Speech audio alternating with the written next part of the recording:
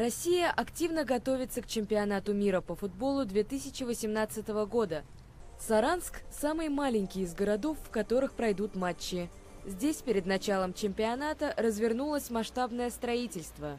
В городе, расположенном примерно в 500 километрах к юго-востоку от Москвы, возводят стадион на 44 тысячи мест. На нем пройдут 4 матча группового этапа. Главный инженер проекта Дмитрий Догадов говорит, что новый стадион привлечет всеобщее внимание. В принципе, форма стадиона, как задумывали архитекторы, она символизирует солнце. Будущая оболочка стадиона будет яркой, оранжевой расцветки и будет, скажем, ярким, скажем, таким строением, центром притяжения именно для всего города.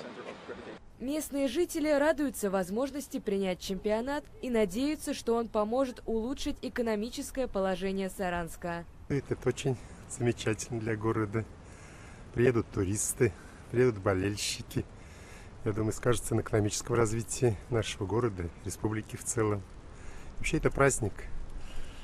Каждый праздник для людей это очень замечательно. Что будет со стадионом после чемпионата, пока неизвестно. Его могут передать местному футбольному клубу «Мордовия», а также открыть на его территории фитнес-центры и магазины.